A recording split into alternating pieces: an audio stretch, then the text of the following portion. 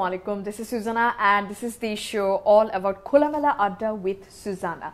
So Kholamela আড্ডাতে খুব খোলামেলা আড্ডাই হবে, তবে সেখানে অনেক অনেক বিষয় আছে যেগুলো নিয়ে আমরা খোলামেলা আড্ডা দিতে পারি না। সো সেই রকম একটা খোলামেলা আড্ডাতে আজকে দুজন গেস্ট আছেন এবং তারা কাপল, বিবাহিত কাপল অবশ্যই, এবং তাদের সাথে আজকে কথা বলবো, তাদের থেকে জানবো তাদের ব্যাপার সম্পর্কে, এবং হয়তোবা আপনি কোথাও না কোথাও তাদের কথার সাথে আপনার বা আপনার পরিস্থিতির সে ব্যাপার সম্পর্কে কিছুটা হলেও ইন টাচে থাকতে পারবেন, কিছুটা হলেও আসলে জিনিসটাকে এঙ্গেজ করতে পারবেন। So that's actually our motto and this show is sponsored by linkmyheart.com. So let's go for my guest. Hello, আসসালামু আলাইকুম, কেমন আছেন আপনারা? আপু খুবই ভালো আছি, আপনি কেমন আছেন? আমি খুব ভালো আছি।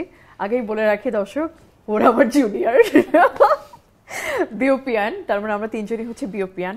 So Nafis and Monami. So তোমরা তো আমার জুনিয়র, সেই হিসেবে হচ্ছে দর্শক জানলো, বাট অ্যাকচুয়ালি এখন আমরা অনেক কয়েক বছর পর হচ্ছে ইন্ট্রোডাকশনে, মানে এখন ইন্ট্রোডাকশন একটু different. So I want to know about you and also you, মানে কি করছো প্রফেশনালি? আচ্ছা, আমার নাম নাফিস ফায়সাল আখের, যেমনটা আপু বললো। আমি এই মুহূর্তে সাউথ ইস্ট ইউনিভার্সিটিতে লেকচারার হিসেবে ডিপার্টমেন্ট অফ ইংলিশে কর্মরত আছি। আর অ্যাজ আপু you have already said that I am your junior, তো তুমি যেমন আমাকে ক্যাম্পাসে তুই করে বলতা, আমি চাচ্ছি যেন এখনো আমরা ওই সম্পর্কেই থাকি যতটুকু পারা যায়। Okay, that is a brief introduction. And what about you? আমি মালিহা ইসলাম মনামি, আমিও সাউথ ইস্ট ইউনিভার্সিটিতে লেকচারার হিসেবে আছি। আর আমিও যেহেতু আপুর জুনিয়র, আপুর সাথে আমার বেশ ভালো একটা বন্ডিং ছিল ইউনিভার্সিটিতে, তো আমিও এক্সপেক্ট করব যে এখনো সেটা আমরা মেইনটেইন করব। সো আমি কিন্তু আমার গেস্টদের কাছ থেকে অ্যাকচুয়াল মানে ওরা যেটা বললো সেখান থেকে পেয়ে গেছি যে হ্যাঁ তুই করে বা তুমি করে বলার পারমিশন পেয়ে গেছি। চলো তাহলে আসল আড্ডাতে যাই। গাইস, যতটুকু আমি জানি মোনামি আর নাফিস, তোরা হচ্ছে বিয়ে করেছিস কয় বছর হলো? আমরা বিয়ে করলাম 2023-এর 24শে ফেব্রুয়ারি, অর্থাৎ আমাদের ঠিক 2 বছর 4 দিন। 2 বছর 4 দিন চলছে। That's really a great thing. So if I am not wrong, তোরা প্রেম করতে অনেক আগে থেকে? আমরা, ভালো কথা, আমরা হচ্ছে আজকের দিনটা আরেকটা কারণে বিশেষ, সেটা হচ্ছে যে 2017 সালে 28শে ফেব্রুয়ারি থেকে আমরা প্রেম করি। সো আজকের দিনটা এই কারণে কিন্তু বিশেষ আমাদের জন্য, 28শে ফেব্রুয়ারি। হ্যাঁ, so as far as I know that we are actually, আমি একটু লেট জেন জিতে পড়ে গেছি। ইউ আর দি কাপল যারা রিপ্রেজেন্ট করছো Gen Z, generation Z, right? am I right? Yeah. তো সেক্ষেত্রে একটা নিউলি ম্যারিড কাপল হিসেবে, নিউলি ম্যারিডই বলছি, তো বিয়ের আগে, হ্যাঁ একটু আগেই যাই, প্রেম বা হচ্ছে ওকে ডেট করব, এই ব্যাপারগুলো কি করে মাথায় এসেছিল, বা দুজনের কেমিস্ট্রিটা কিভাবে মিলেছিল? আমি এখানে একটু বলতে চাই, আমার মনে হয় আমরা জেন জির চেয়ে বেশি জিলেনিয়াল হিসেবে পরিচিত। মানে মিলেনিয়াল যে এসেন্সটা সেটাও আমাদের মধ্যে আছে, আবার জেন জিদের যে একটা রেজিস্টিং একটা ব্যাপার কাজ করে বা নতুন করে নতুন ধারায় নিজেদেরকে দেখার ব্যাপার কাজ করে, সেটাও মনে হয় আমাদের মধ্যে আছে। তো জিলেনিয়াল বললে মনে হয় সবচেয়ে ভালো হয়, এমনকি তুমিও আপু জিলেনিয়ালই। Absolutely. What about you, Nafis? আমি মনামির সাথে একমত যে আমি হ্যাঁ জেন জির মধ্যে পড়ি, তবে nowadays my students are more like Gen Z. হ্যাঁ, আমি আবার একটু মনে হয় যেহেতু তুমি বলছো এবং তোমার সাথে আমার কিন্তু 1 বছর, খুব বেশি কিন্তু ডিফারেন্স নাই, সো ওই ক্যাটাগরিতেই পড়ি। তবে যে প্রশ্নটা বললাম যে যখন আমাদের সম্পর্কের শুরুটা, ওই সময় আসলে আমার মনে হয় চিন্তা ভাবনা তো আসলে কিছু হয় না। আমরা আমার মনে হয় যে পরিচয় হওয়ার 2 মাসের মতো সময়, হ্যাঁ 2 মাসের মতো সময় আমরা মানে উই ওয়ার ফ্রেন্ডস, আর তারপরে we committed to each other and actually yes, and it lasted for 6 years before we got married. Oh my goodness, এই জায়গাটাতে একটু আসতে চাই যে কমিটমেন্টের ব্যাপারটা এখনকার রিলেশনশিপে যেটা দেখা যায়, এখনকার কি, যখন তোরা প্রেম করতি তখনও কমিটমেন্টের ভয়ে যেই মেয়েটার উপর ক্রাশ খেয়েছে বা যেই ছেলেটাকে পছন্দ করছে, কমিটমেন্টের ভয়ে সেই পর্যন্ত যেতেই পারে না। হয়তোবা প্রেমটুকু চলে, ঠিক আছে, বিয়ে পর্যন্ত আর যায় না। ওয়াই? আমার মনে হয় যে একটা অস্থিরতা কাজ করে।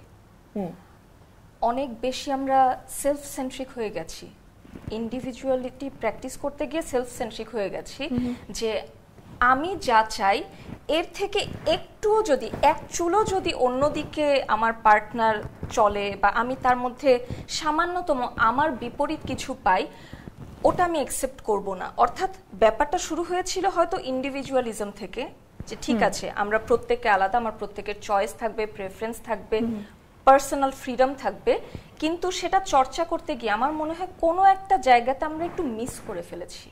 আমরা মনে করেছি যে ইন্ডিভিজুয়াল হওয়া মানে আমি একেবারে নিজের মধ্যে থাকব, আমার মতামতের বাইরে, অভিমতের বাইরে এক চুলো যদি যায় সেখান থেকেই আমি সরে আসব।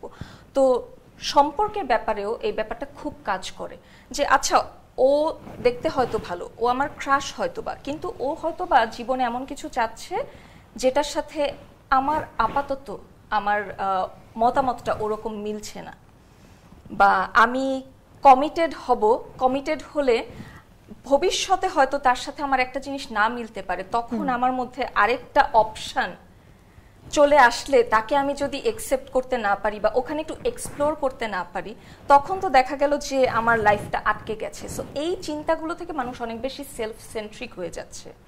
তারা মনে করছে যে আমার বাইরে আমি কোনো কিছুতে যাব না। খুব সম্ভবত এটাতেই আসলে একটা অস্থিরতা তৈরি হয়। এবং এই যে সোশ্যাল মিডিয়া অবশ্যই ভালো চোখেই আমরা দেখব, কিন্তু এর কিছু তো আসলে নেগেটিভ সাইডসও আছে। এর মধ্যে একটা হয়তো বা আমি অ্যাট আ টাইম আমি সোশ্যাল মিডিয়াতে অনেক কিছুই এক্সপ্লোর করতে পারছি, অনেকের সাথেই কথা বলতে পারছি, হয়তো অ্যাট আ টাইম আমার কয়েকজনের সাথে কথা বলতে ভালো লাগছে। সো এই ব্যাপারগুলোর জন্য কমিটমেন্ট ইস্যুটা আসলে তৈরি হয়, যে আমার জীবনে এত রকমের অপশন যে আমি নিজেই অপশনের মধ্যে কনফিউজ হয়ে যাই, আবার আমার ওই ব্যাপারটাও কাজ করে যে আচ্ছা ওর সাথে এটা মিলছে, তার সাথে এটা মিলছে, কিন্তু কারোর সাথেই হয়তোবা আমার 50-50 একটা কম্বিনেশন তৈরি হচ্ছে না। তো আমার ব্যক্তিগত অভিমত যে এই একটা ব্যাপার কাজ করে যার জন্য আমরা কমিটেড হতে চাই না। It's a very good explanation, guys, and I think এটা দরকার ছিল। এবং Munami, you amazed me seriously from this answer, and whatever to you, Nafiz, do you agree with her? Yes, I do. আমার কাছে মনে হয় আপু যেটা বলছিলেন যে ওই কমিটমেন্টের যে ফিয়ার অফ কমিটমেন্ট, এটা একটা পোস্ট মডার্ন ফেনোমেনন। খুবই যখন আমরা আজকের পৃথিবীতে আমরা আমাদেরকে নিয়ে চিন্তা করি, সবকিছুর কেন্দ্রে আসলে আমরা থাকি, হ্যাঁ, এবং আমরা চাই না এমন কিছু হোক যেটা আমাদের নিয়ন্ত্রণের বাইরে যাক। তো এই কারণে যখন আমি কমিটমেন্টে যাচ্ছি না, তখন যত কিছুই বলো ওখানে আমার একটা লায়াবিলিটি, আমার একটা রেসপন্সিবিলিটি তৈরি হচ্ছে, যেটা আমরা চাই অ্যাভয়েড করতে মোস্টলি, এবং এটা আমরা কনসিয়াসলি চাই না। মানে ম্যাক্সিমাম কিন্তু আসলে ছেলেদেরকেই বলছে যে ছেলেরা কমিটমেন্ট করতে চায় না, এন্ড দ্যাটস ওয়াই ওই রিলেশনটা একটা বিল্ড আপ রিলেশনশিপ হচ্ছে না। সেই মেল পয়েন্ট অফ ভিউ থেকে হোয়াটস ইউর পয়েন্ট, যেটা actually you want to say to the man basically? যেটা বলবো আপু সেটা হচ্ছে যে ওই যে বলছিলাম যে it appears as a responsibility, এবং আমি নিজেও যদি আমি আমার কথাও বলি, কেউ রেসপন্সিবিলিটি আসলে হয় পছন্দ করে না, যদিও তারা জানে, they know that at the end of the day they will have to take it, কিন্তু চাই যতটুকু সম্ভব থাকে, যতটুকু সম্ভব এর থেকে দূরে থাকা যায়। আমার মনে হয় ওই একটা কাজ থেকেই আসে যে ফিয়ার অফ কমিটমেন্ট। এবং আমি যদি আমার ব্যক্তিগত কথা বলি, আমার মাথায় ছিল একটা বিষয় যে যখন মনামির সাথে it was not love at first sight, আমরা উই আর গুড ফ্রেন্ডস, খুব ভালো বন্ধু ছিলাম। এবং যদিও 2 মাসের বন্ধুত্ব অনেক বড় সময় না, হ্যাঁ, তারপরও আমি বলবো যে ওর কথাবার্তায় আমার কাছে মনে হয়েছিল যে she could be the one. So আমার ওই একটা ডিসিশন নিতে সুবিধা হয়েছিল যে আমি হয়তোবা দায়িত্বটা নিয়ে বলতে পারি যে আমি থাকবো এবং আমি তোমার সাথে আছি। সো ওই সাহসটা আমি পেয়েছিলাম। এখন এটাও বিষয় যে আমরা যদি সম্পূর্ণভাবে বলি যে ফিয়ার অফ কমিটমেন্ট, এই বিষয়টা, রেসপন্সিবিলিটি যে ব্যাপারটা, এটা শুধুমাত্র বিনা কারণে একটা ছেলের ভিতরে আসে না। অনেকগুলো বিষয়ে কাজ করে এবং আমার কাছে মনে হয়েছে যে ওই একটা স্পেস পেতে হয় যে জায়গা থেকে সে হয়তো কমিট করতে পারবে, but at the same time যে কমিটমেন্ট ছাড়া আমি আসলে কোনো কিছুকেই আসলে সম্পর্ক নামটা আসলে দিতে চাই না। That's a very good point actually. এবং হচ্ছে কমিটমেন্টের ওরা যে দুজন লেকচারার বোঝা যাচ্ছে, because no we are getting absolute point from both of them, because commitment ইস্যুটা ইভেন মোনামি যে পয়েন্ট আউটগুলো করলেন যে অনেক অপশনস আছে আমাদের, এবং সেই অপশনসগুলোর ভেতর আমরা এতটাই হারিয়ে যাই যে যেটা অ্যাকচুয়ালি বেস্ট অপশন ছিল ওটা হাতছাড়া হয়ে যাচ্ছে বা সামথিং লাইক দ্যাট। এবং এই জেনারেশন বললে ভুল হবে, এই ওয়ার্ডটা ইউজ করলেই আই গেস ভুল হতে পারে, বা জেনারেশন জি যেটাই বলি না কেন, দিস এরা, হ্যাঁ এই এরাটাই এরকম একটা টাইম ফ্রেমের ভিতর আমাদের ফেলে দিয়েছে যে আমরা আসলে কোনটা ছেড়ে কি করব খুব অস্থির। মোনামি সেড দ্যাট যে খুব অস্থিরতায় ভুগি। আমার মনে হয় এটা আসলে হয়তো বা সব জেনারেশনের মধ্যেই ছিল, কিন্তু এখন আমাদের মানে যে আমাদের ব্যক্তিটা সোশ্যাল মিডিয়ার কারণে এত বেশি হয়ে গেছে যে ওই স্ফুরণটা বেশি হয়তো বার্স্ট আউট হয়েছে। হয়তো ছিল একসময় ছিল হয়তো 10 জনের মাঝে 2 জনের 1 জনের, কিন্তু এখন সেটা 7-8 জনের হয়ে যাচ্ছে, ব্যক্তিটা বেড়ে গেছে। Right, that's a very good thing and thank you so much for saying this. Okay, so প্রেমের আগে কমিটমেন্টের ব্যাপারটা জেনে নিলাম যে they were committed and একবার তাদেরকে আমি ধরেছি, তখন ভেবেছি যে এমনি বোধহয় হচ্ছে রেস্টুরেন্টে এসছে গল্প টল্প গুজব করতে, তখনই আমার মনে হয়েছে এই দুটা প্রেম করতেছে। Anyways, that was so sweet of you. Alright, তারপর আমি যতখানি জানি যে নাফিসের ফ্যামিলিটা মানে amazing family. You have both of your sisters. Yes. They're really amazing, auntie, uncle. So Monami, যখন হচ্ছে মানে you got to know about his family, তোমার ভেতরে মানে মনে হচ্ছে কোনো কিছু, কোনো একটা কিছুতে মনে হচ্ছে যে এরকম একটা ফ্যামিলিতে আমি যাব, কেমন হবে আমার ফিউচার ইন লস? ওয়েল না, কারণ মোটামুটি আমাদের সম্পর্কের 2 মাস পরই তাদের সাথে আমার পরিচয় হয়, এবং এরপর খুব ঘন ঘন না হলেও যাতায়াত ছিল ওর বাসায়। দেখা গেল যে ওর বোনেদের জন্মদিনে কিংবা কোনো একটা অকেশনে ফ্রেন্ডদেরকে যখন দাওয়াত দেয় সেখানে আমিও আছি। তো তখন একটু ইন্টারাপ্ট করব যে নাফিস তখন হচ্ছে মোনামিকে কি হিসেবে পরিচয় দিতে? বন্ধু, নট গার্লফ্রেন্ড। হ্যাঁ, গার্লফ্রেন্ড আমি পরিচয় করে দিয়েছিলাম আমার বাসায়, কিন্তু সেটা তো যাবো, আচ্ছা বন্ধু হিসেবে যাতায়াত, ওকে ফাইন।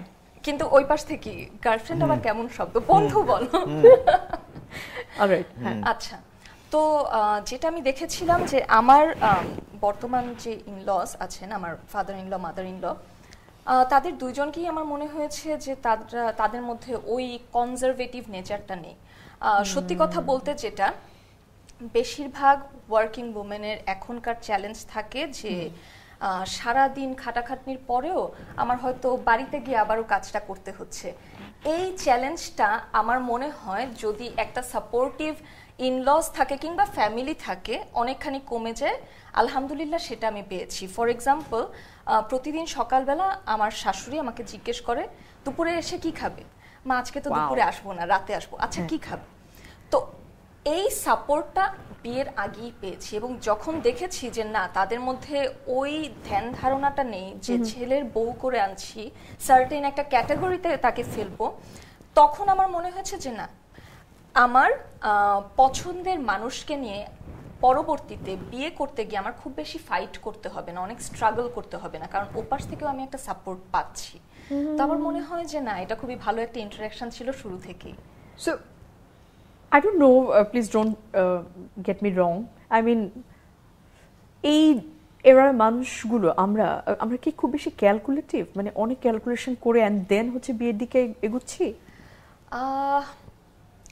এটাও ঠিক বলা যায় না, কারণ হয়তোবা এখানে মনে হতে পারে যে আমি এরকম একটা সার্টেন টাইপ অফ শ্বশুরবাড়ি পাচ্ছি, তো তখনই আমি শুধু বিয়ে করব। আমার মনে হয় এখানে যে আমি আগে কমিটেড হয়েছি, তারপর আমি তাদের সাথে পরিচিত হয়েছি। সো আমার যদি তার সাথে পার্টনারশিপটা ঠিক না থাকতো, তখন হয়তো বা ব্যাটে বলে মিলতো না। কারণ আমার পার্টনার যদি ঠিক না থাকে শ্বশুরবাড়ি হাজার ভালো হলেও কিন্তু আসলে সেখানে আমার যে বিয়েটা সেই বিয়েটা লং লাস্টিং হবে না। যে কোনো সম্পর্কের ক্ষেত্রেই আমার যার সাথে সম্পর্ক তার সাথে যদি পার্টনারশিপটা 50-50 একটা ব্যালেন্সে না থাকে, আমার মনে হয় না বাকি সবকিছু দিয়ে সেটাকে কোনো না কোনোভাবে সম্পূরক করা যায় বা পরিপূরক করা যায়। সো আমার মনে হয় যে আগে পার্টনারশিপ, তারপর বাকি জিনিসগুলো। তবে হ্যাঁ, ক্যালকুলেশনের যে ব্যাপারটা, এটা আজকাল অনেক ক্ষেত্রে কাজ করে। যেমন আমি দেখি যে অনেক সময় ফেসবুকে অনেকে মজা করে লেখে যে বিয়ের আগে শাশুড়ির সাথে লিভ ইনে যাওয়া দরকার। তো ওটা কেন হচ্ছে, কারণ আমার ব্যক্তিগত অভিমত হলো যে দিন শেষে কোনো না কোনো কারণে হয়তো শ্বশুর শাশুড়ি ব্যাপারটা এখনো তেমন পরিবর্তনের মধ্য দিয়ে যায়নি। Good point. এখনো হয়তো সেই আদিকালে আমরা যেরকম ছিলাম ওটাই চলছে। এই কারণে হয়তো মানুষ কিছুটা ক্যালকুলেটিভ হয়ে যাচ্ছে। আর আমার মনে হয় বিয়ে তো আসলে সারা জীবনের ব্যাপার, কিছুটা ক্যালকুলেশন হয়তো প্রয়োজন আছে। That's really great to hear. Oh my god, মনে হয় পয়েন্ট অফ ভিউ কিন্তু মানে খুবই একদম actual point. What do you Nafis, মানে একজন ছেলে হিসেবে তারও তো একটা ব্যাপার আছে যে আমি ছেলেদের কিন্তু একটা সাইকোলজি আমি যতটুকু বুঝি সেটা হচ্ছে যে একটা হচ্ছে গার্লফ্রেন্ড আর একটা হচ্ছে বউ। হ্যাঁ, দুই জিনিস রাইট। মানে এই জিনিসটা তোমার ভিতরেও দুই জিনিস বলা ঠিক না, দুই মানুষ। দুই মানুষ, okay, it's a correction. Yeah, correction, right. দুই মানুষ, হ্যাঁ। না, আমি আসলে ভাবে দেখিনি আপু যে গার্লফ্রেন্ড আর হচ্ছে ওয়াইফ, আমি আসলে ওইভাবে দেখিনি কখনো। কারণ আমার কাছে মনে হয় যখন আমি কমিট করছি, আমি ওই সময়ই আসলে ওই I am psychologically committed to that person. হ্যাঁ, তো আমি কখনো ওইভাবে চিন্তা করি না যে ও আমার গার্লফ্রেন্ড, সো যে কোনো সময় হলেই আমি যদি কোনো সমস্যা ফেস করি আমি দূরে সরে আসতে পারবো, ওইভাবে চিন্তা করি না। Because I have made a choice, I have made a commitment. So ওই জিনিসটাতে আমার যে দায়িত্ববোধ, যেটা বলছিলাম আপু প্রথম থেকেই, যেটা নিতে মানুষজনের ভয়টা থাকে, ওটা প্রথমেই অ্যাকসেপ্ট করে নেওয়া that okay, I am in the responsibility right now, so I am in charge right now. So এরকম অনেক থিওরি আছে যে ছেলেরা চিন্তা করে রিপ্রোডাকশনের ব্যাপারটা, যে আমি যাকে বিয়ে করব সে আমার বাচ্চার মা হতে পারবে কি পারবে না। আচ্ছা, এই থিওরিটার উপর বেস করে অনেকে হচ্ছে মেয়ে চুজ করে। এটা কি আপু অনেক বেশি ওই যে ক্যালকুলেটিভ কথাটা আসছিল, রাইট? কিন্তু এটা একটু বেশি ক্যালকুলেটিভ হয়ে যাচ্ছে না যদি আমি এভাবে চিন্তা করে থাকি? Yeah, that's the thing, bro. এটাই হচ্ছে, অনেক সময় হচ্ছে। কিন্তু এটা হচ্ছে আমরা তো হচ্ছে, তুমিও লিটারেচার স্টুডেন্ট, আমরাও লিটারেচার স্টুডেন্ট। তো আমরা যখন ফিলোসফি ক্লাস করছিলাম, তো অ্যারিস্টটলের গোল্ডেন মিনস বলে একটা কথা ছিল যে এক্সট্রিম গুলো অ্যাভয়েড করে মাঝখানে থাকা। হ্যাঁ, যে খুব বেশি ঠান্ডা না, খুব বেশি গরম না, একটা নাতিশীতোষ্ণ আবহাওয়া হলে ভালো। তো এখন আমি ক্যালকুলেশন করবো of course, but to what extent? আমি কোন পর্যন্ত ক্যালকুলেশনটা করব আসলে? এখন আমি যদি চিন্তা করি যে ও আমার সামনের যে বাচ্চা কাচ্চা হবে, ওর মা হবে, হ্যাঁ, এবং ওইটার জন্য আমার কেমন কোয়ালিটি দরকার, এটসেট্রা এটসেট্রা, এত কিছু যদি আমি চিন্তা করি, তাহলে তো অ্যাকচুয়ালি আমি সামনের মানুষটাকে মানুষ হিসেবে ট্রিট করছি। Very good. মানে ওখানে আসলে হয়তোবা রিলেশনশিপ তৈরি হচ্ছে একটা ম্যারেজ, কিন্তু পার্টনারশিপটা আসলে থাকছে না। That's a great line. এইটা ক্যাপশন হবে। Thank you. এই যে চিন্তা ভাবনার ব্যাপারটা, আমরা আসলে এই জায়গাটা থেকেই আমার আরেকটা কোয়েশ্চেন রেইজ হয়ে গেল guys. It's not a question, as a session, come on, it's a র adda with beautiful 3 people and with my team. So আরেকটিবার একটু মনে করিয়ে দিই, আপনারা শুনছেন এবং দেখছেন খোলামেলা আড্ডা with Suzana, and this is sponsored by linkmyheart.com। যারা এখনো কাউকে খুঁজে পাননি, linkmyheart.com এ রেজিস্ট্রেশন করুন এবং খুঁজে নেন আপনার পার্টনার, যেটা মোনামি বলছিল। এবং সেই চিন্তা ভাবনাতেই আরেকটু যাই। হ্যাঁ, না অনেক চিন্তা ভাবনার কথা বললাম। সো এই যে আফটার ম্যারেজ, হ্যাঁ 2 বছর গেল, কেমন গেল? ওয়েল, আফটার ম্যারেজ যদি প্রেম ভালোবাসার কথা বলি তো আসলে খুব পরিবর্তনের কিছু নেই। তবে আমাদের জীবনে আমরা দুটো আলাদা আলাদা ফ্লেভার পেয়েছি। এক, দুইজনের সংসার করার ফ্লেভার, কারণ আমরা বিয়ের পরপরই আমাদের তখনকার যে কর্মস্থল সেটা ছিল সৈয়দপুরে, Bangladesh Army University of Science and Technology. সেখানে চলে যাই, ওখানে পুরো একা, এবং সৈয়দপুরে আমাদের কোনো রিলেটিভও ছিল না। ওখানে মোটামুটি আমাদের 9 মাসের সংসার, তারপরে ঢাকায় কিন্তু ফার্স্ট ফেজে, রাইট একেবারে বিয়ের 3 বা 4 দিনের মাথায় চলে যাই, কারণ তখন দুইজনই ওখানে আমরা চাকরি করতাম। ঠিক 9 বা 10 মাসের মাথায় আমরা আবার ঢাকায় চলে আসি, এবং তখন থেকে কিন্তু আমি নাফিসের পরিবার, যেটা অবশ্যই আমারও পরিবার, তাদের সাথেই আছি। সো দুটো ফ্লেভারই আসলে পেয়েছি। এই একটা জিনিস আমি বলবো যে অবশ্যই বিয়ের আগে তো সম্ভব না, সো বিয়ের পরে এই ব্যাপারটা বাদে খুব বেশি যে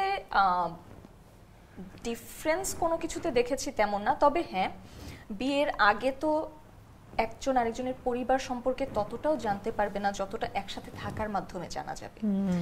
সো বিয়েটাকে আমার মনে হয় একটা অ্যাডভেঞ্চার হিসেবেই দেখা ভালো, অন্তত প্রথম কয়েক বছরের জন্য, যে এখানে অনেক রকমের স্টেপস এন্ড ফেজেস আসবে। অ্যাডভেঞ্চারে যেরকম থাকে, কখনো খুব ভালো, আবার কখনো একটু হয়তো ঝড়ো বাতাস বইছে, রাইট?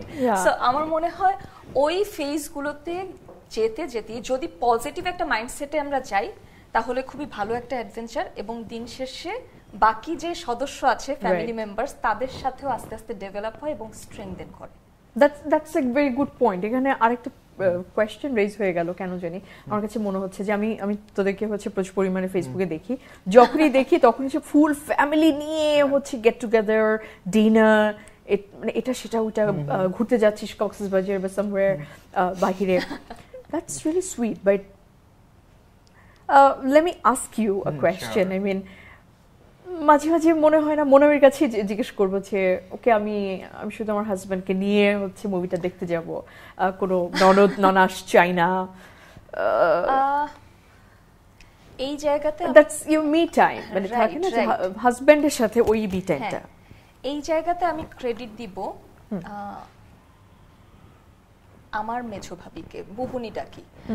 বুবুনি বেশ বাইরে ঘুরতে পছন্দ করতো, তো আমার ভাইয়ের সাথে প্রায় ডেটে যায়, কিন্তু কোনো কারণে সে খুব ফ্যামিলির সাথে ঘুরতেও পছন্দ করে। ওকে। আর তার দুইজন ননদ, মানে আমি আর আমার ছোট বোন, আমাদের সাথে ছবি তোলা, ঘোরা তার পছন্দ ছিল। যদিও আনফরচুনেটলি ও যতদিন বাংলাদেশে ছিল পুরো টাইমটাই ছিল কোভিডে, আমরা তেমন সময় কাটাতে পারিনি। তারপরেও চেষ্টা করেছি, বা ওর দিক থেকে চেষ্টাটা ছিল যে যতটা পারা যায় ফ্যামিলিকে সাথে রাখা। তো ওই ব্যাপারটা আমার মাথায় সবসময় কাজ করতো, যার জন্য দেখা গেছে কি আমারও যেহেতু 2টা ননদ, আমিও সবসময় ওদেরকে ইনভলভ করার চেষ্টা করি। আর আমাদের দুজনের ব্যাপার হচ্ছে আমরা আসলে দুজন ঘুমাতে পছন্দ করি, তো ফ্যামিলির বাইরে দুজনের টাইম স্পেন্ড করা মানে আসলে ঘুমিয়ে থাকা। চলো ঘুমাই, যে হয়েছে অনেক ডেট হয়েছে আজকের মতো। That's super. মানে অনেক বেশি ডেট হয়ে গেছে আপু আসলে, কারণ চিন্তা করো যে ধরো যে অনার্সের 4 বছর, মাস্টার্সের 1 বছর, 5 বছর। আচ্ছা, আমরা হচ্ছে বাউস্টে গেলাম, যখন আমি বাউস্টে যাওয়ার পরে ওখানে 1 বছর একসাথে কাজ করলাম ওখানে। আচ্ছা, 6 বছর হলো। আচ্ছা, তারপরে হচ্ছে সাউথ ইস্টে এখন আমাদের 1 বছর 4 মাসের মতো চলতেছে। চিন্তা করো, যখন অনার্স চলতেছিল ক্লাসমেট, হ্যাঁ, মাস্টার্সে ক্লাসমেট, বাউস্টে আমার কলিগ, সাউথ ইস্টে আমার কলিগ, আমরা পাশাপাশি বসি। How many dates do you want? Oh my God, that's a positive side of হ্যাঁ, অবশ্যই। I see it as a blessing. I still remember যখন হচ্ছে ওই আমরা সৈয়দপুরে তো গেলাম, ওখানে 1 বছর থাকার পরে ঢাকায় যখন ফেরার প্ল্যান করছিলাম, তো আমরা বিভিন্ন জায়গাতে হচ্ছে অ্যাপ্লাই করছিলাম। তো একদিন মনামি আমাকে বলছিল যে probably BAUST is the last place যে আমরা একসাথে কাজ করতেছি। তখন আসলেই তাই তো, আগে কখনো ভাবে চিন্তা করিনি। রাইট। এখন যখন এটা বারবার চিন্তা করি ভালো লাগে আসলে। আচ্ছা, এখন তো একই প্রফেশনে, প্রফেশনের ব্যাপারটাতেও আসি যে হাজব্যান্ড ওয়াইফ একই প্রফেশনে থাকলে কিছু জেলাসি বা কিছু হাবিজাবির একটু ক্রিয়েশন হয়, যে না এমন হয় যে ওকে ফাইন, ও হচ্ছে অন্য এক কলিগের সাথে হচ্ছে খুব হাহাহি করছে। Do you feel jealous about that, যে ওই লেকচারের সাথে এত কি? এটা নিয়ে আসলে মূলত নাফিসের দুই বোনের কমপ্লেন্ট যে তুমি একটু জেলাস হও। ও গিয়ে কেন ছবি তুলতেছে? আমি অন্য বিষয় নিয়ে জেলাস। আমি জেলাস হচ্ছে স্টুডেন্টরা মনামিকে অনেক পছন্দ করে, প্রচুর পছন্দ করে। হ্যাঁ মানে কোর্স নেওয়ার জন্য মনামি ম্যাম আমাকে কেউ পাত্তা দেয় না।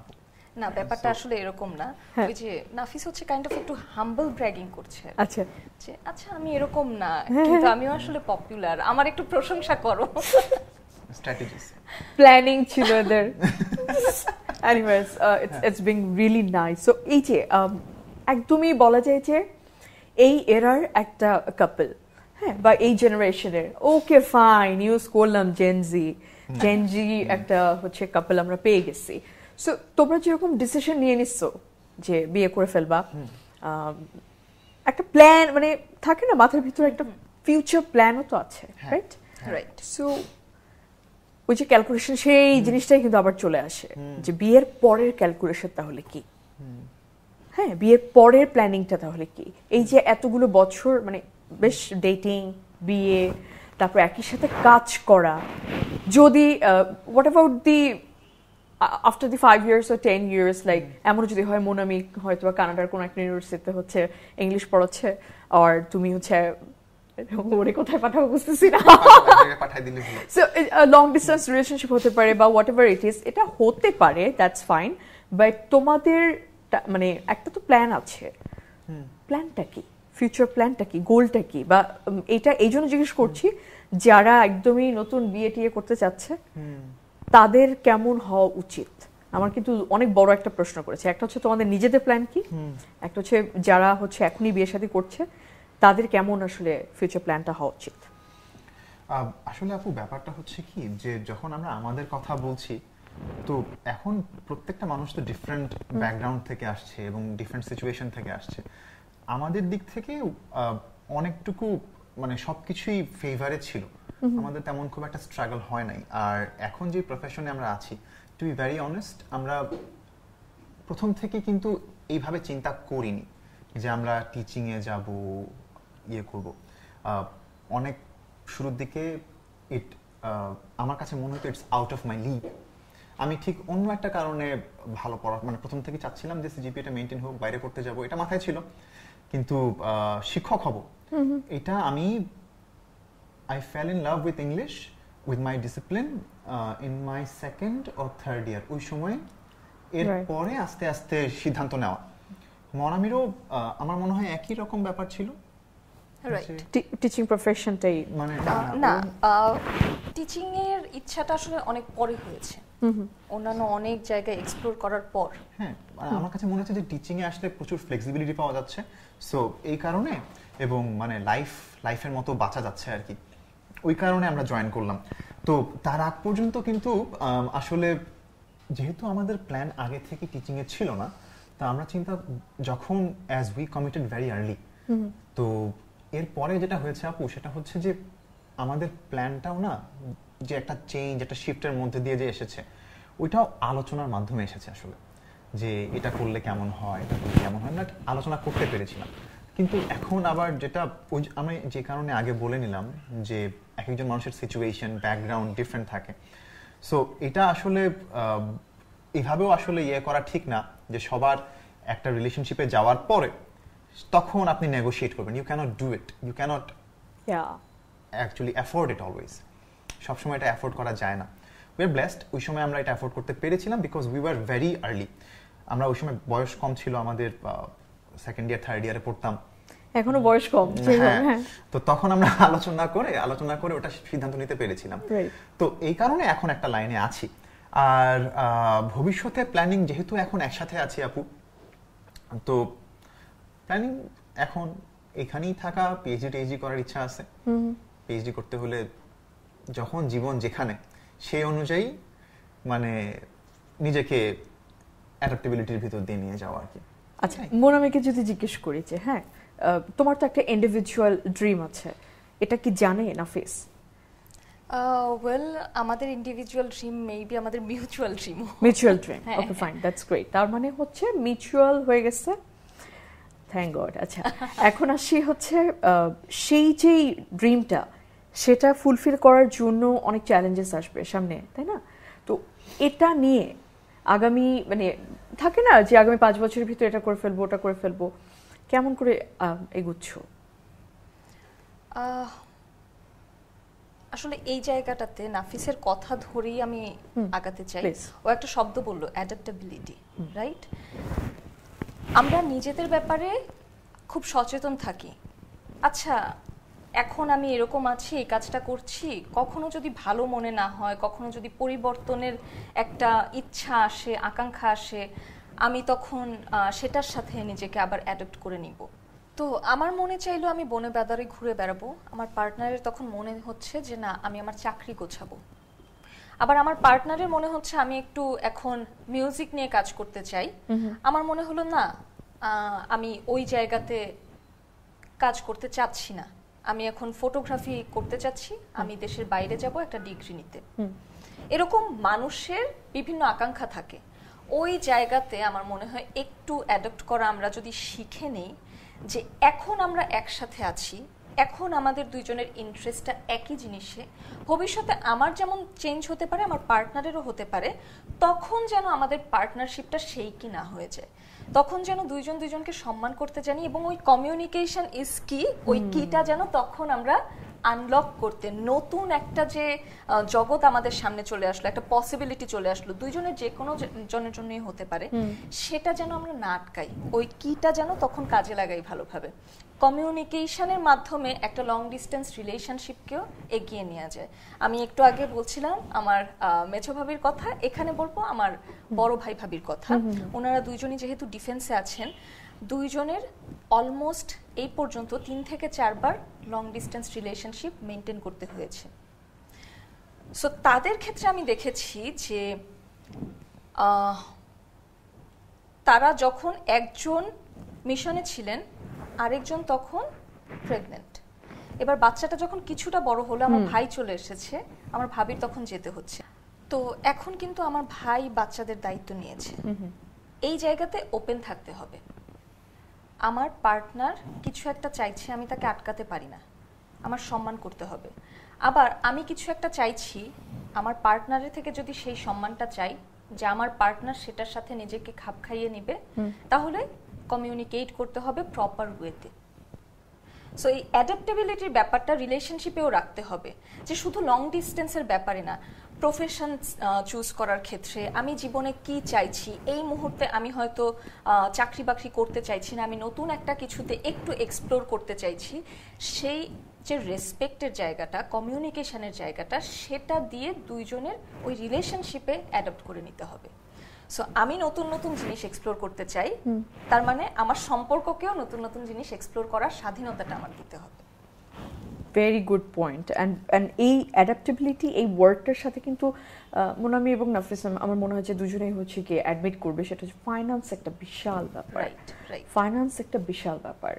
So what about the financial issue of yours, not our issue actually, financial স্টেবিলিটিটা আছে কিনা, বা ওইটা নিয়ে আসলে কেমন প্ল্যানিং করছো, বা হচ্ছে বিকজ তোমাদের প্ল্যানিংগুলোর মধ্য দিয়ে আসলে অনেকে অনেকে অনেক কিছু অ্যাডাপ্ট করতে পারবে। I am damn sure adapt to adaptability, yeah, but yeah I want to know about the finance part basically. Okay, আমি যেহেতু বলেছিলাম যে এটা আমার বাসায় কিন্তু অনেক আগেই আমি জানিয়ে দিয়েছিলাম যে মনামি আর আমি একসাথে মানে উই আর টুগেদার, অ্যান্ড বাবা ওই সময় আমাকে যেটা মানে বলেছিল সেটা হচ্ছে when I was in my 3rd year যে তুমি বিয়ে করে ফেলতেছো না কেন। হ্যাঁ, এবং না আসলে হ্যাঁ ওইটা বাবা আমাকে ওই সময় বলেছিল তুমি বিয়ে করে ফেলছো না কেন। তো এটা ওই সময় immediately I was a very young বয়। হ্যাঁ, আর আমার মাথায় যেটা প্রথম যে জিনিসটা মাথায় আসছিল যে আমি যদি বউ বিয়ে করে নিয়ে আসি আমি বউ খাওয়াবো কি, সেটা আমার মাথায় আসছিল। হ্যাঁ, তো আমি এটা বলছিলাম যে আমি যদি বিয়ে করে নিয়ে আসি বউ খাওয়াবো কি, তার মানে যে আমি অলরেডি 5 জনের সংসার চালাচ্ছি, তা আমি আর একটা মানুষ নিয়ে আসলে চালাতে পারবো না।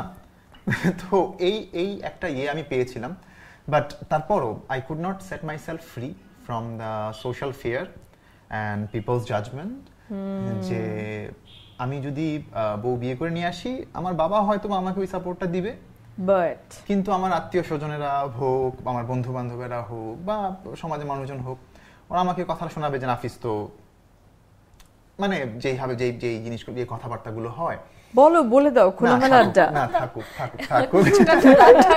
রাখার চেষ্টা হচ্ছে। যাই হোক, বাট আমার ওই একটা ইয়ে ছিল, কিন্তু আমি চিন্তা করেছিলাম যে চাকরি বাকরি করেই হচ্ছে বিয়ে শাদী করবো। সো ইয়ের পরপর, গ্রাজুয়েশনের পরপরই চাকরি ওই সময় পেয়ে গিয়েছিলাম। তো তারপরে তখনই আমি ওর বাসায় হচ্ছে প্রস্তাব পাঠিয়েছিলাম, এবং এরপর তো বিয়ে শাদী হলো। তবে একটা বিষয় যেটা আপু, সেটা হচ্ছে যে বিয়ে শাদীর আগে থেকেই টাকা পয়সা নিয়ে আসলে মাথায় চিন্তা ভাবনা ছিল।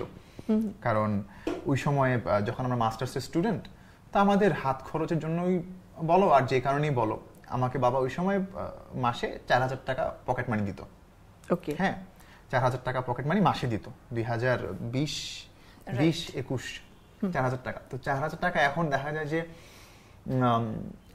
একবার তুমি যদি ডেটে বের হও, হ্যাঁ, তোমার কাজ শেষ, ওই জায়গায় শেষ। সো আমরা ডেটে বের হতাম না, খুব সহজ হিসাব, এক মাসে পকেট মানি ডান। হ্যাঁ, ডেটে বের হতাম না আমরা। উই ওয়্যার ক্লাসমেটস, সো আমরা ইউনিভার্সিটিতে দেখা সাক্ষাৎ হতো, কিন্তু ওই জিনিসটা না অনেক আগেই মাথায় চলে আসছে যে টাকা পয়সার ব্যাপারটা যে কিভাবে ইয়ে করতে হবে। এবং আমরা প্ল্যান করতাম যে ও যতটুকু পাইতো, আমি যতটুকু পাইতাম, দেখা যায় মিলায়। Monami use to do tuitions, তো সব মিলে আমাদের হাতে মাসে তখন থেকেই দেখা যেত যে প্রতি মাসে 10,000 টাকা 12,000 টাকা থাকতো। এবং এটা আমরা আসলে ইয়ে করতাম না, মানে যেটা তোমার টাকা এটা আমার টাকা, এটা কখনোই ছিল না আমাদের ভিতরে, তখনও ছিল না। তো ওইটা somehow has continued till now. It has continued till now, যে এখনো ওই ব্যাপারটা আসলে আমরা এভাবে ডেভেলপ করিনি। বাট দেন অ্যাগেন আমি এটাকে আইডিয়ালাইজও করতে চাই না এই কারণে যে যেটা বলছিলাম যে সিচুয়েশন সবার এক হয় না, হ্যাঁ, আবার প্রবলেম ডিফিকাল্টিসও সবার এক হয় না। অনেক ক্ষেত্রে এই জিনিসটা এক্সপ্লয়টেশনে চলে যেতে পারে। হ্যাঁ, সো ফাইন্যান্স অনেক ক্ষেত্রে আমি মনে করি if you have that understanding, তাহলে একসাথে করা যেতেই পারে, কোনো সমস্যা না। কিন্তু যদি আবার অনেক ক্ষেত্রে অনেক প্রবলেম থাকে আপু, যেটা আমাদের হাতে থাকে না, ওই ক্ষেত্রে আমার মনে হয় যে নিজেদের হিসাব অনেক ক্ষেত্রেই নিজের কাছে রেখে আমি একটা যদি কন্ট্রিবিউটরি একটা কিছু করতে পারি, সেই প্রেক্ষিতে চিন্তা করা দরকার, এটা আমার কাছে মনে হয়।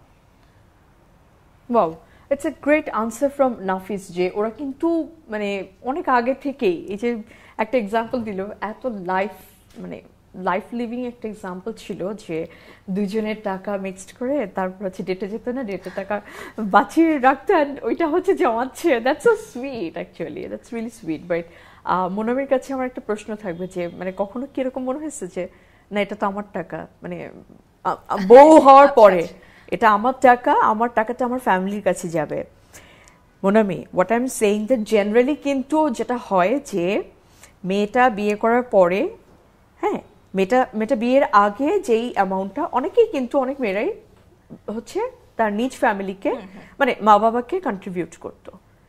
আফটার ম্যারেজ সেই কন্ট্রিবিউশনটা অনেক মেয়ে চালাতে পারে, অনেক সময় মেয়েটা নিজেও ডিসিশন নিয়ে নেয় যে মা বাবাকে বলে দেয় যে আমি কিন্তু আর পারবো না তোমাদের, মানে এভাবে তো আর বলে না অবভিও, বাট আমি কিন্তু আমার যে আর্নিংটা আছে সেই সোর্সটা, সেই আর্নিংয়ের টাকাটা কিন্তু আমি তোমাকে দিতে পারবো না প্যারেন্টসদেরকে, তাই না, মা বাবাকে। এই ব্যাপারটা অ্যাকচুয়ালি চলে আসে। সো মানে this is a very vital issue. আমাদের জেনারেলি এটা হয় যে মেয়ে বিয়ে দেওয়ার পরে মেয়ের ওই টাকা মা বাবা নিতেও চায় না। That's also true thing. So what about the fact, I mean এইটা তোমার লাইফে ঘটেছে কিনা, বা জেনারেলি তুমি এটার আনসারটা দিতে পারো যে এইরকম সিচুয়েশন একটা মেয়ে কি করবে? রাইট, প্রথমত যে ব্যাপারটা আসছে, নাফিস একটু আগে যেটা বলছিল যে আমাদের ফাইন্যান্স, রাইট, ওটা তখনই হবে যখন দুইজনই আর্ন করে। প্রথমে একটা মেয়ের জন্য কিন্তু সবচেয়ে বড় চ্যালেঞ্জ যে সে আর্নই করতে পারছে না, তখন তার হাজবেন্ড যদি কখনো মনে করে যে এটা তো তোমার টাকা না, আমি তোমাকে টাকাও দিচ্ছি আবার তুমি এক্সট্রা সুযোগ সুবিধাও চাচ্ছ, তা তো পসিবল না। মেয়েটার কিন্তু বলার মতো ক্ষমতা থাকে না। সো আওয়ার ফাইন্যান্স করতে গেলেও কিন্তু আগে নিজের যে ফাইন্যান্সিয়াল ইন্ডিপেন্ডেন্সটা সেটা প্রয়োজন হয়। Very good point. সেকেন্ডলি যেটা বললেন আপু, যে এই চ্যালেঞ্জগুলো, আমি ইন্ডিপেন্ডেন্ট, বাট বিয়ের পরে অনেক রকমের চ্যালেঞ্জেস আসছে।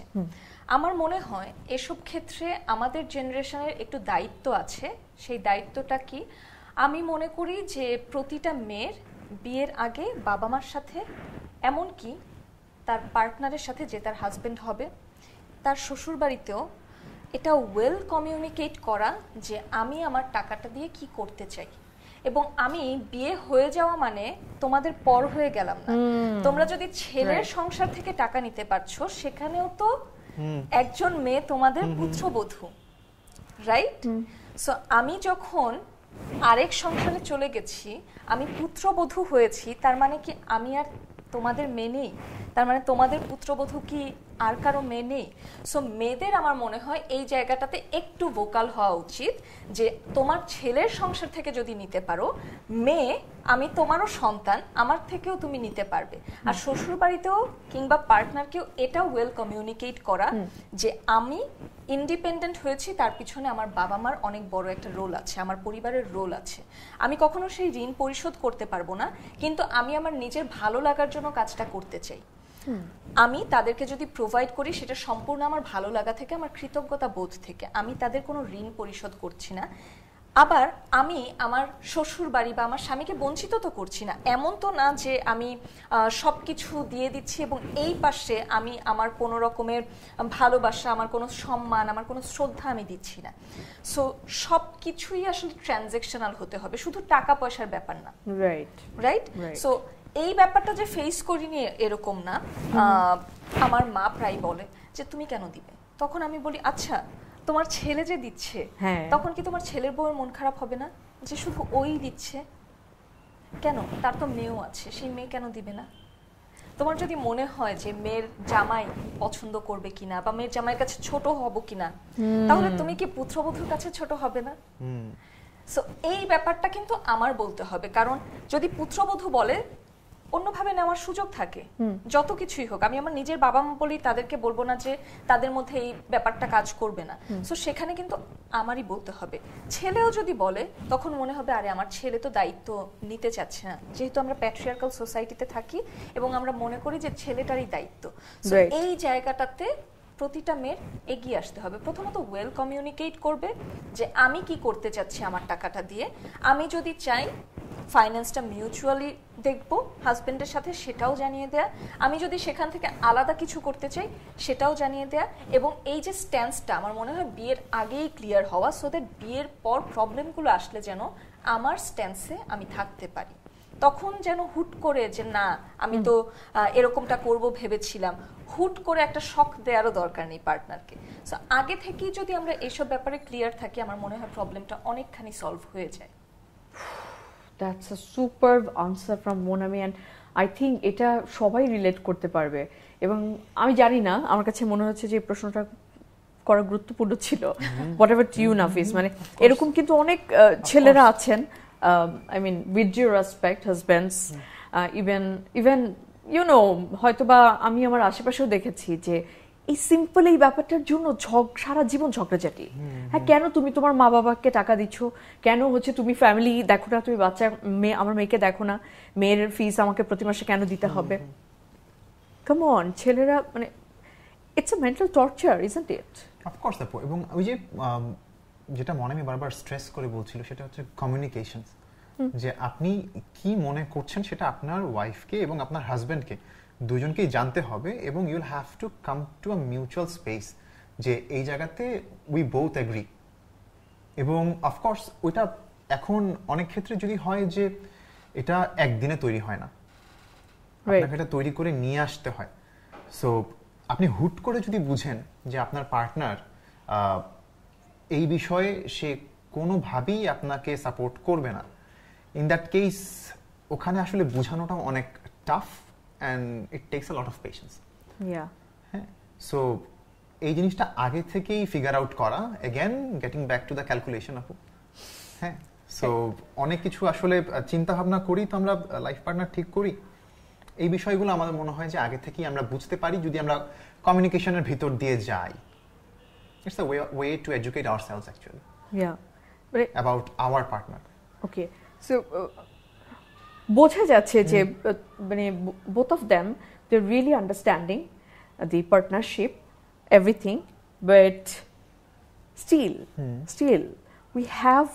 we are in a society where actually Nafis মানে থাকে না যে men will be men men will be men sorry no offense please ছেলেরা প্লিজ এখানে আমার ইউনিটে অনেক ছেলেরা আছেন যে no offense men will be men ছেলেরা এরকমই হবে এরকমই করবে ফাইনালি গিয়ে সো এইটার স্ট্যান্স তোমার কি হবে যে এইটার স্ট্যান্স এখন সত্যি কথা বলতে কি এখানে ছোটবেলা থেকেই একটা বিশাল it's a journey it's a very very long journey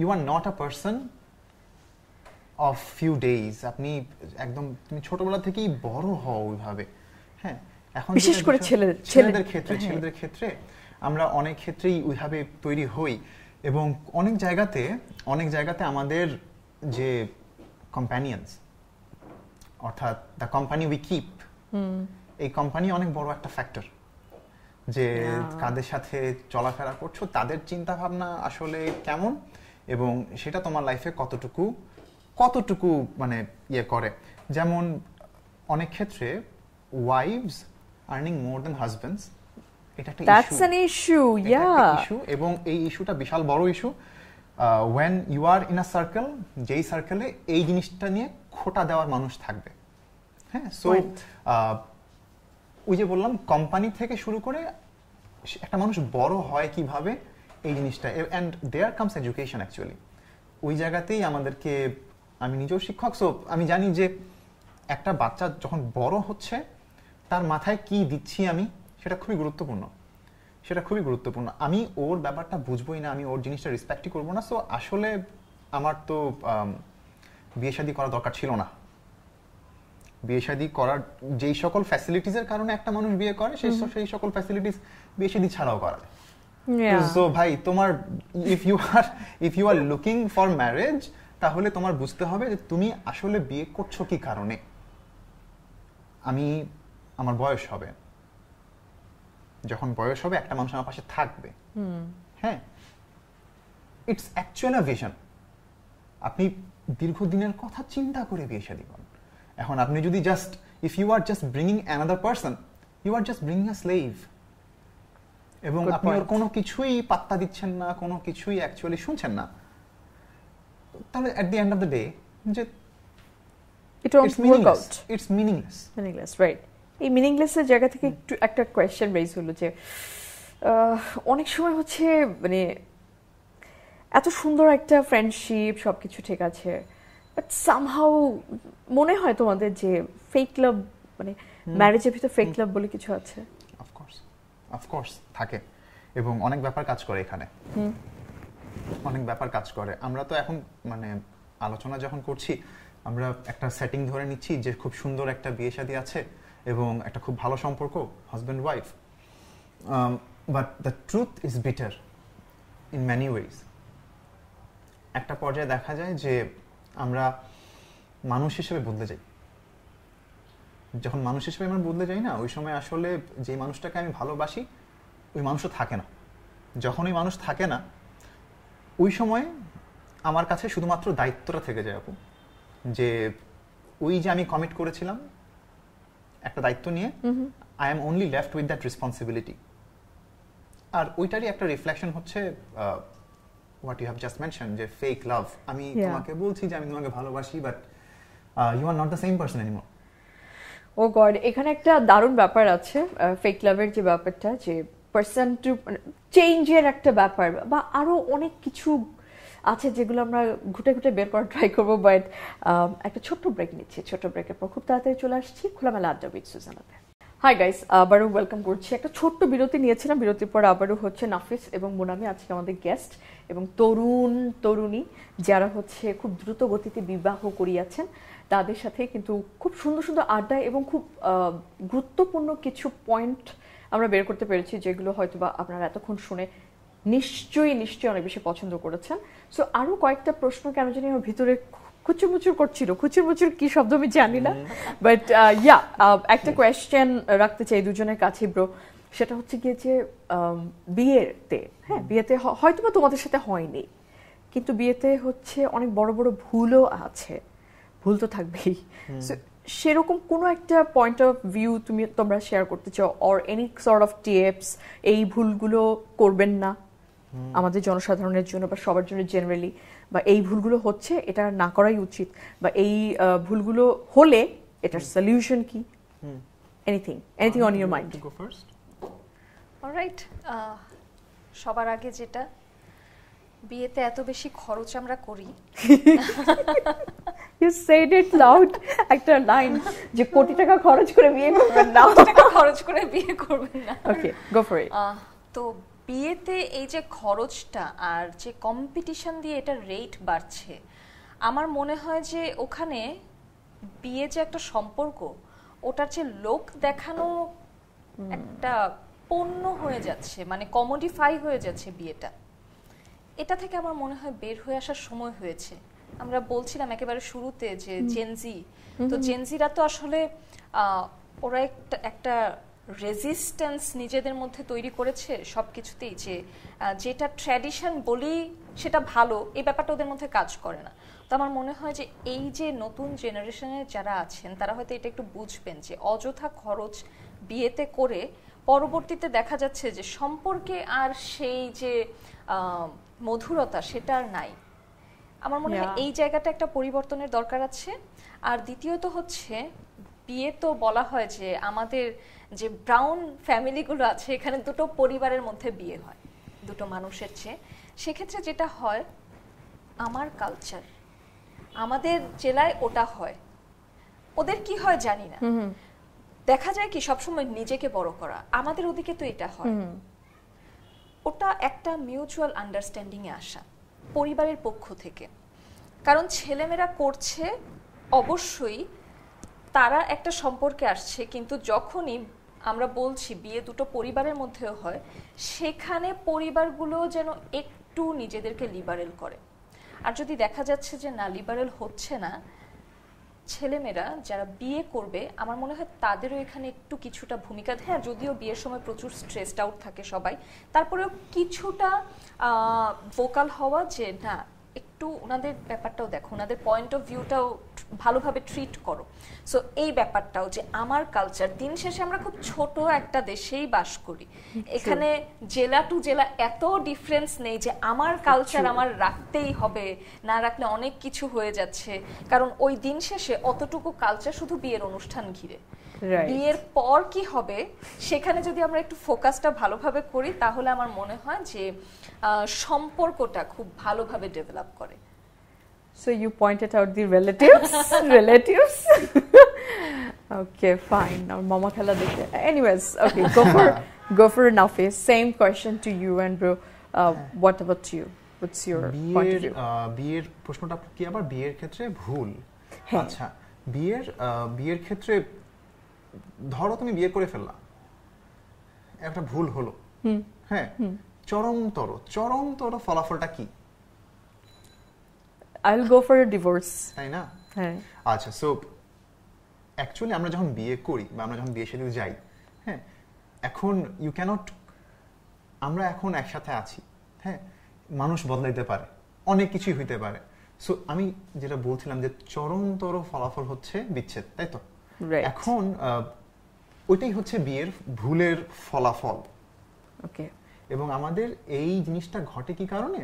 কারণ আমরা যখন বিয়ে করি, মনামি তো বলছিল যে বিয়ের সময়ের কথা, বিয়ের পরের ব্যাপারটা যেটা, আমরা আসলে হয় বিয়ে করে ফেলি, একটা সম্পর্কে ঢুকে যাই, আমরা আসলে বুঝি না যে আমরা আসলে কিসের মধ্যে আছি এবং আমরা কি নিয়ে অ্যাকচুয়ালি ডিল করছি। সো আমার মনে হয় কিছু প্রিন্সিপাল ঠিক রাখা খুব গুরুত্বপূর্ণ, সেটা সম্পর্ক হোক এবং বিয়েতেও হোক। যে আপনি যখন একটা মানুষকে বলেন যে আমি তোমাকে ভালোবাসি, আপনি আসলে what do you mean actually? তাই না? যে আপনি যদি নাই জানেন যে আপনি আসলে কি বলছেন, তখন না ওটার সাবস্ট্যান্স থাকে না, ওটা সহজে ভেঙে যায়, ওটা খুব বেশি, ওটার কোনো ভার থাকে না এবং অল্প হাওয়াতেই সেটা মানে নষ্ট হয়ে যায়। যাই হোক, তো ইউ শুড নো ইট, যে আপনি একজনকে যখন বলছেন আমি ভালোবাসি, ইউ শুড নো যে ওই মানুষটার প্রতি ভালোবাসা মানে আপনার ওই মানুষের প্রতি সম্মান আছে, আপনার ওই মানুষের প্রতি আস্থা আছে। এবং ভালোবাসা যেটাকে আমরা বলি মূলত, আমি এটা বলি যে it starts with infatuation and it ends with attachment. Love at first site বলে কোনো কথা আসলে আমি বিশ্বাস করি না, আমার জীবনে হয় নাই, সে কারণে আমি বিশ্বাস করি না। হ্যাঁ, কিন্তু আমি মনে করি একটা মানুষকে ভালোবাসা যায়। And your love is your choice, your marriage is your choice, and you made that choice. If you have that respect, if you trust the person next to you, ওই জায়গাটা সহজ হয়ে যায়। এবং ওই যে ভুলটার কথা বলছিলাম, যে ভুলের জন্য সর্বোচ্চ আমার বিচ্ছেদ পর্যন্ত যেতে হইতে পারে, ডিভোর্স পর্যন্ত যেতে হইতে পারে, সেটা অ্যাভয়েড করার আমরা একটা পাথওয়ে আমরা খুঁজে নিতে পারি। That's a great answer from both of them, and literally আমি অনেক পয়েন্টগুলো আসলে খুঁজে পেলাম Monami and Nafis, and both of them মানে they're just like oh my god sweetest person seriously, but আমি অনেক সুন্দর জিনিসপত্র নিয়েছি এবং আমার মনে হয় যে যারা দর্শকরা ছিলেন তারা আসলে অনেক কিছু আজকে শোটা থেকে আসলে জানতে পেরেছেন, বুঝতে পেরেছেন এবং হোপফুলি এই ব্যাপার স্যাপারগুলো আপনার লাইফে কাজে দেবে। So thank you so much for coming to my show. Any feedback or anything অথবা কোনো প্রেইজ করতে চাইলে করো। অবশ্যই যেটা করে আসছি বিউটি সারা জীবনে, আপু তো আমার সিনিয়র। হ্যাঁ, সো বলো যে 1 বছরের সিনিয়র। হ্যাঁ, 1 বছরের সিনিয়র, খুব বেশি সিনিয়র না, আপু আমাদের 1 বছরের সিনিয়র। তো thank you for having us here আপু। অনেকদিন পর আসলে আমরা এরকম একটা চমৎকার আড্ডার মতো সুযোগ আমাদের হলো, খোলামেলা। হ্যাঁ অবশ্যই খোলামেলা, কারণ বিউপির পর অনেকদিন হয়ে গেল তো আমাদের দেখা হয়নি। So I really enjoyed it. Thank you so much আপু। আচ্ছা, এত কথা শোনার পর তোমার কি এখন বিয়ে করতে ইচ্ছা হচ্ছে? ওকে, সো পারলো। গুড কোয়েশ্চেন, বাট এখন এই মুহূর্তে যেটা হবে সেটা হচ্ছে গিয়ে গাইস, আমি বিয়ে করব কি করব না সেটা আপনাকে জানতে হলে আমাদের শো গুলো দেখে যেতে হবে এবং তোর আনসার আমি তোকে ইনবক্সে করে দিব মোনামি, ঠিক আছে? কিন্তু একটু বসতে হবে। হ্যাঁ, আমাদের পক্ষ থেকে linkmyheart.com এর পক্ষ থেকে তোমাদের জন্য ছোট্ট একটা গিফট আছে, আমি একটু নিয়ে আসি। Thank you. So it's a beautiful thing. I think you both will love it. So this is the gift, linkmyheart.com, and this is for you. একটা নিও আরেকটা বউয়ের জন্য। আচ্ছা, একটু কিছু বলতে চাই প্লিজ। সাদা কালোর জঞ্জাল সবসময় থাকবে, সো লাল নীল সংসারটা যেন সুন্দর থাকে, আর ওখানে লাল নীল সংসারে তারুণ্যের সবুজটা যেন সবসময় থাকে। Clap for them. I really loved the ending. So আমার এন্ডিং করার কিছু নাই। Thank you so much guys for coming to my show, and thank you so much for watching this show খোলামেলা আড্ডা with Suzana. এবং আপনার যদি কোনো অপিনিয়ন থাকে তাহলে দেন অবভিয়াসলি কমেন্ট সেকশনে জানাবেন, and ততক্ষণ পর্যন্ত খুব ভালো থাকতে হবে, অন্যকে ভালো রাখতে হবে। থ্যাংক ইউ, আসসালামু আলাইকুম।